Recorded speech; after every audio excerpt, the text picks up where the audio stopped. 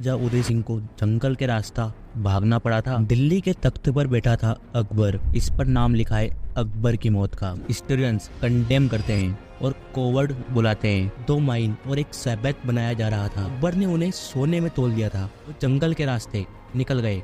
दौर में आग की लपटें उठ रही है। खाना लगभग दोनों तरफ ही खत्म हो चुका था। राजपूत के गढ़ चित्तौड़ से निकला तोप का गोला। इस पर नाम लिखा है अकबर की मौत का। कहते हैं इस तोप का निशाना कभी नहीं चुका।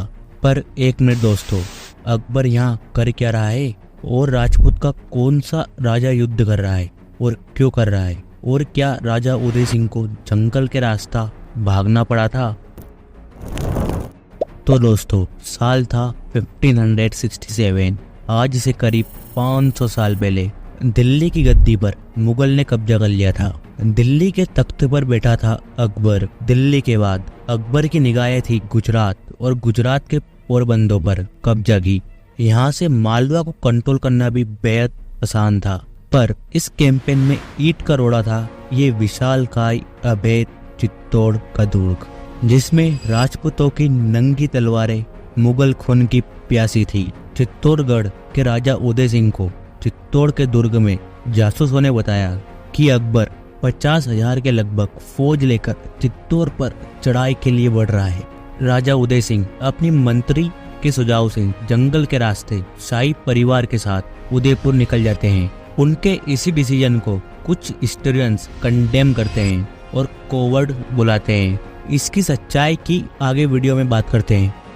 23 अक्टूबर 1567 अकबर की आंखों के सामने था चित्तौड़ का गढ़, जो कि 700 एकड़ में फैला था। इसमें तकरीबन 70,000 लोग रह सकते थे। ये फोर्ट कम लगता है और एक वेल सेटल्ड सिटी ज्यादा। एक सिटी जो चारों तरफ से दीवारों से सुरक्षित है और जमीन से 180 मीटर ऊपर एक हिल पर जिंदा है। What A planned city. Akbar ने किले को चारों तरफ से घेर लिया और दुर्ग की विशाल दीवारों पर तोपों से वार करने लगा। पर इन तोपों की इतनी औकात कहाँ कि दीवारों को चीर दे। ये तोप के गोले मजबूत दीवारों के सामने रुई का गिट्टा साबित हुए। इसी गोलाबारी के बीच दिसंबर का एक दिन था। सूरज सर पर था और कड़ाके की ठंड थी। अकबर खुले मैदान में धूप सेक रहा था। उतने में ही एक तोप का गोला रफ्तार से अकबर की तरफ आता है और अकबर से कुछ ही फीट दूर धमाका करता है। किस्मत से अकबर की जान बच जाती है। पूरे युद्ध के दौरान अकबर के साथ इसे 4 इंसिडेंट हुए। अब अकबर राजपूतों के डर से अपनी सारी आर्टिलरी को अगले 1 महीने तक सेटअप करवाता है। सारी तोपें किले पर एक साथ हमला करती है।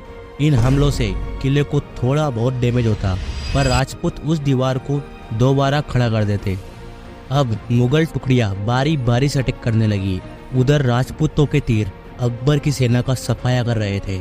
मुगल सेना में अफरा तफरी के बीच प्लान बी बनाया जाता है। इस प्लान बी के अकॉर्डिंग 2 माइन और एक सैबत बनाया जा रहा था। सैबत की बात थोड़ी देर में करते हैं। अकबर ने माइन का काम अपने 2 वफादार इंजीनियर को सौंप दिया। नौकर माइन के लिए सुरंग बनाते और ऊपर से राजपूती तीर रोज 200 नौकर को मार देते। बावजूद इसके नौकर काम नहीं रोकते, क्योंकि अकबर ने उन्हें सोने में तोल दिया था। लगभग 1 मन मिट्टी निकालने पर 1 सिक्का मिलता। पर बहुत नौकर ने काम तो करा, पर धनराशि नहीं ले पाए। वक्त गुजरा, माइन का काम खत्म हुआ। पहला एक्सप्लोजन होने के बाद अकबर की सेना इतनी खुशी हुई कि सीधा आगे बढ़ गई और ये बात भूल गई कि अभी एक और विस्फोट होना बाकी है।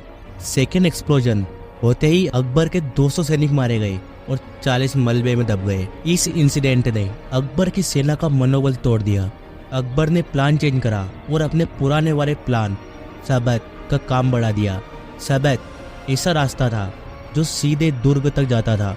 यह सिर्फ 2 तरफ से ओपन था, चारों तरफ से ढका हुआ, ताकि राजपूती तीरों से छुपा जा सके।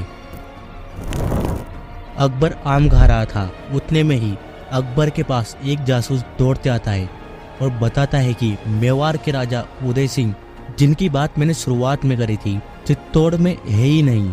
वो जंगल के रास्ते निकल गए। अकबर बौखला जाता है और अपने 2 सेनापति को सेना के साथ राजा उदय सिंह को ढूंढने भेज देता है। अकॉर्डिंग टू मी ये उदय सिंह की रणनीति रही होगी ताकि मुगल सेना टुकड़ों में बढ़ जाए तो युद्ध करना आसान हो जाएगा। आप कमेंट्स में बता सकते हैं। इधर रणभूमि में सैबैक का काम पूरा हो चुका था। अकबर ने सैबैक के छज्जे की सुरक्षा के लिए तोप लगा दिए और दुर्ग पर चढ़ाई कर दी। खाना लगभग दोनों तरफ ही खत्म हो चुका था। इस युद्ध को 4 महीने बीत चुके थे। उधर चित्तौड़ के वीर रंगों का उत्सव होली मना रहे थे, इस बात से निडर कि दुश्मन आ रहा है। राजपूत वीरों का सब्र का बांध टूट रहा था। उनकी तलवारें मुगल खून की प्यासी थी। दुश्मन को आता देख सभी राजपूत केसरिया करते हैं और किले के दरवाजे खोल रणभूमि में कूद जाते हैं। राजपूतों ने रण में खून की ऐसी होली खेली कि इतिहास को अपने रंग में रंग दिया। मेवाड़ का रंग, राजपूतों का रंग, भगवा रंग। अकबर संग्रामगंज से राजपूत के लीडर जयमल को डैमेज कर देता है। युद्ध के बीच एक आदमी अकबर को बताता है कि चित्तौड़ में आग की लपटें उठ रही है। एक्चुअली चित्तौड़ की दीवारें एक बार फिर राजपूती कंगन का जौहर देखने तप रही थी। मुगल सेना अंदर महल में जाती उससे पहले ही सारी औरतें बच्चे जौहर कर लेते हैं। 30,000 लेट में रिपीट 30,000 लेमैन को मारकर भी अकबर के हाथ लगती है तो बस ये राख।